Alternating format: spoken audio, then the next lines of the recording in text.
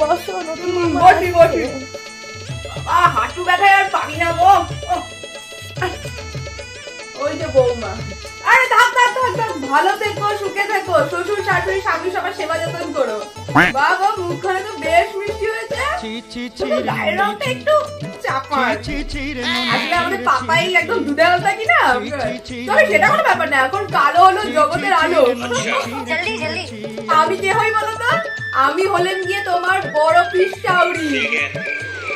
হ্যাঁ গা বৌদি, মেয়ের গাড়িটা বানাকাটি একটু সপ্তাহ আমাদের এবারে দিয়েই দেওয়া। তা নতুনের ব্যাপারে থেকে কোনো বানাকাটি দেয়নি নাকি? হ্যাঁ, দিয়েছে ওদের সামর্থ্য ও, অনুযায়ী। তা তো বটেই, তা তো বটেই। আর খাট আলমারি কত? না, আমি আসলে না করে দিয়েছি, সবই তো আছে আমাদের কাছে। না করছো? আরে এসব আবার কেউ না করে নাকি?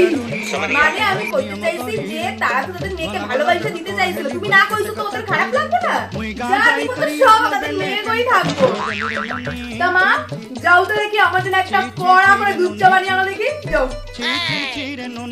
শোনো বৌদি, বৌমাকে প্রথম থেকে তো হাতের মুঠোতে রাখবে, বেশি ক্যাপ করতে দিবা না কিন্তু, একবার যদি মাথায় উঠা যায় মাথাতে কিন্তু নামাতে পারবা না। না গো ঠাকুরজি, আমাদের মতন সেদিন কি আর আছে গো? এমনিতে বৌমা আমাদের খুবই ভালো, আমাদের সবার যত্ন। দাদা ওই ঘরে যা, একটু দাদার সাথে দেখা করে আসি। দাদা ও